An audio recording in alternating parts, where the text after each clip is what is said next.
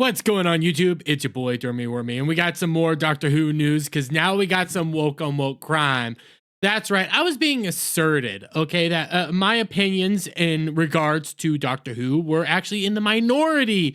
That all the famous critics, all the shill media sites are always the correct ones, and they loved how Doctor Who ended it, giving it like 4.5 stars, 4 stars, all this stuff, all out of 5, how great and amazing they are, despite the fact that audience score is still sitting at 43%, despite the fact that the viewership of these 3 specials thus far are sitting as such: 5.8 million overnight, 4.83 overnight, and 4.62 overnight, all showing a declining in overnight viewership. The only viewership that actually really matters, not consolidated viewership, the overnight viewership, always.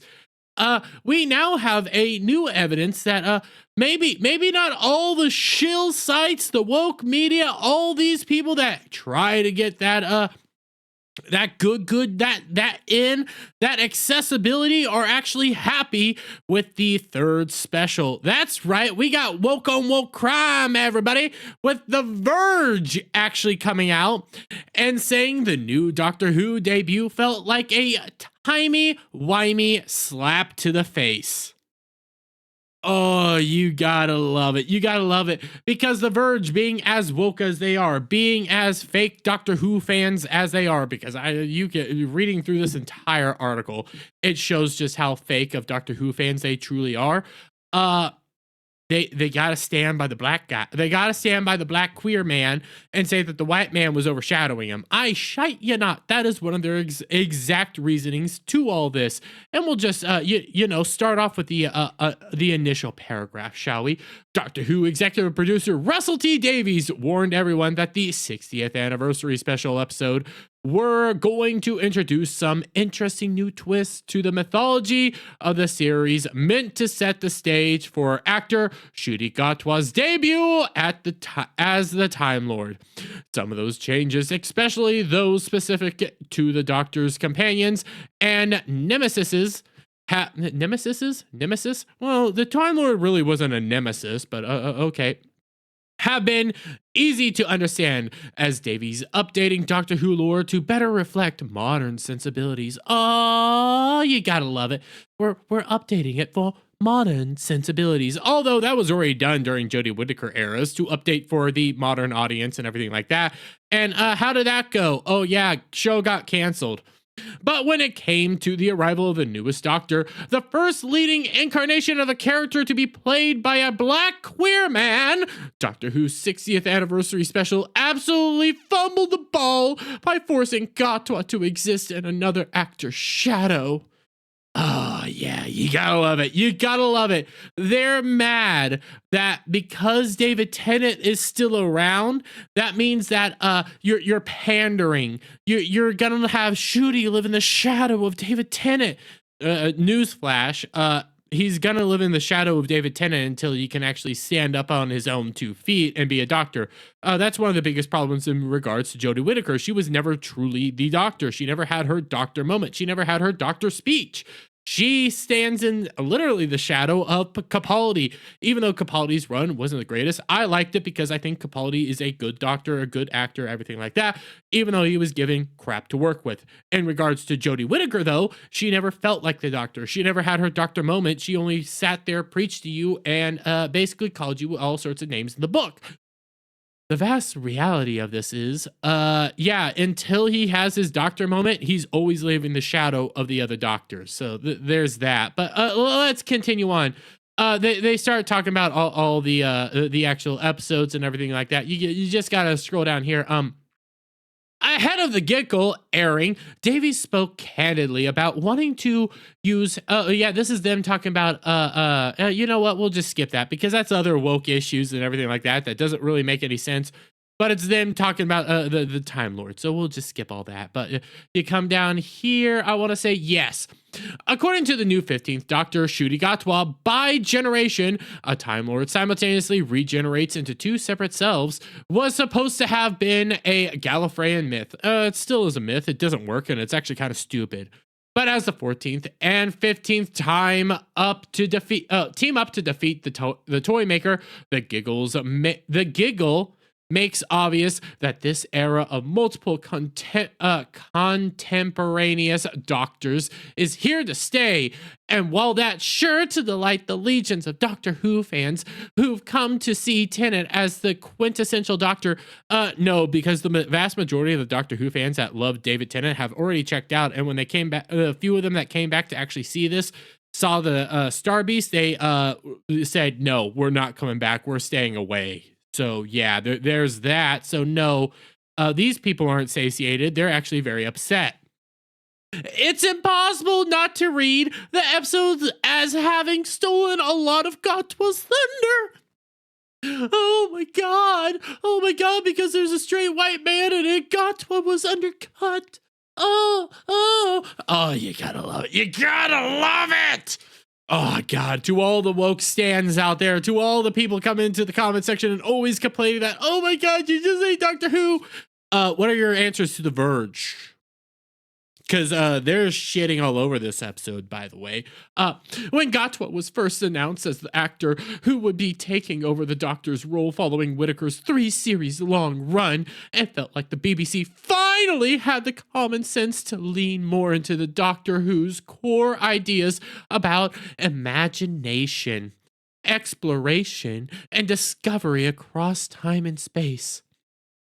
Why is that? Why is that? Oh, well, they'll tell us.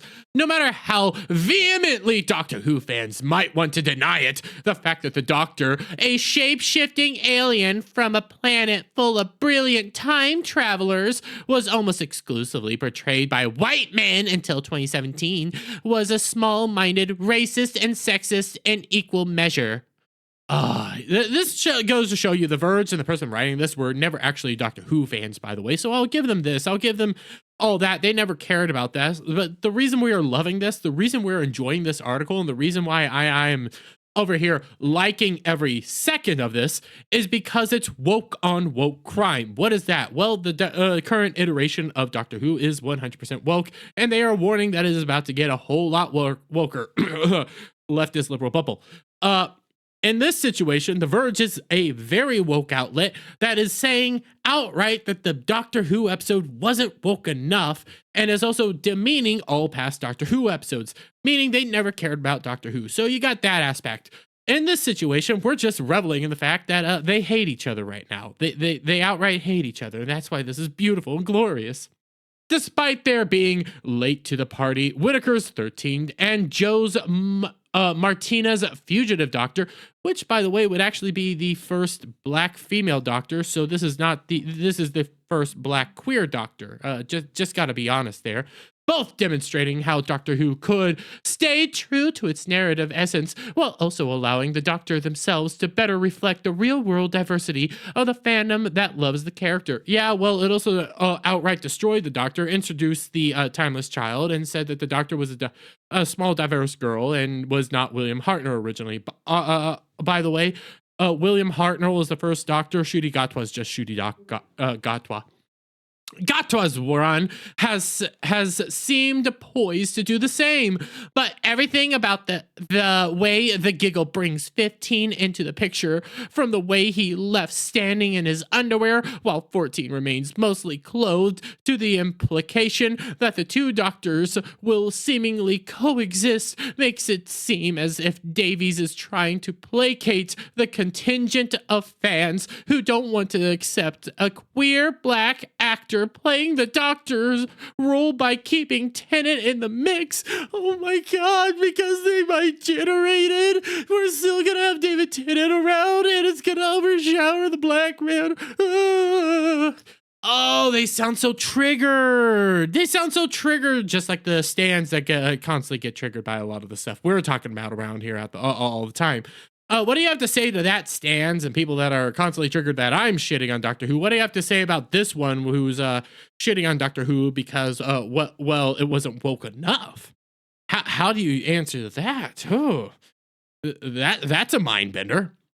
Those fans vocalized their displeasure at the idea of a black doctor in the same way that people griped about the idea of black Spider-Man, a black Captain America, or a black James Bond. They're the same people who've lost their minds at the sight of black April O'Neil and can't wrap their minds around the concept of Castlevania Nocturne's black vampires. They're also the people that love Mace Windu but hated it when Finn picked up a lightsaber and then promptly disappeared for much of the rest of the Star Wars movies. When it comes to Black Doctor, nobody actually really cares that he's black. They just want him to be the Doctor. They don't know if he has the gravity to actually be the Doctor. When it comes to Black Spider-Man, nobody actually has a problem with a black spider individual. They just don't want to call him Spider-Man because Miles Morales isn't Spider-Man. Miles Morales is Miles Morales. Give him his own name. That's on you. Black Captain America. Steve Rogers is Captain America. You actually demeaned a all-black superhero to downgrade him to Captain America. You had to give him a white man's role. Black James Bond. Well, James Bond's a white guy. That's on you. That's on you. He has a whole history and everything like that. So that's on you. Black April O'Neil. That's on you. April O'Neil is canonically a ginger, so you guys believe in ginger side. Castlevania Nocturne's black vampires. The only reason that's actually kind of canonically an issue is because the vampires were aristocratic, and this was the revolutionary France. So you do the math on that one. Yeah. And when it comes to Mace Windu versus Finn, that was actually all manufactured by you guys. People were actually very much interested in Finn. So yeah, that's again on you guys. Point is, these fans are an unfortunate fixture in many genre fandoms, and while some aspects of the giggle actually comment on how deranged their specific brand of rage can be, the whole situation with bi-generation plays like Doctor Who catering to the fandom's less enlightened desires. Oh, yeah! We dislike the bi-generation for very different reasons, but at the same time, I find this hilarious. Oh, you gotta love it. You gotta love shill sides hating on other situations like this.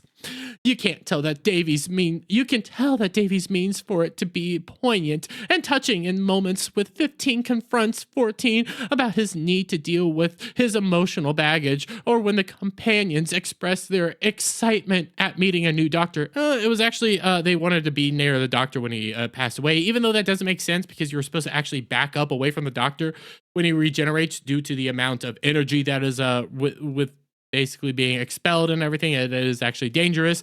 So that whole moment actually doesn't make much sense, but okay.